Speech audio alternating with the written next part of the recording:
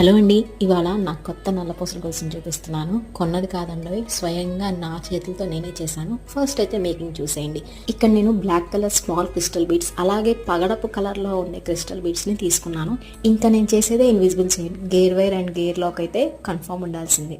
First అయితే నా neck length సరిపడా గేర్ వైర్ తీసుకున్నాను. ఇక్కడ యూజ్ చేసే లక్ష్మీ పెండెంట్, అదే లక్ష్మీ కాసు, నేను గోల్డ్దే తీసుకున్నాను.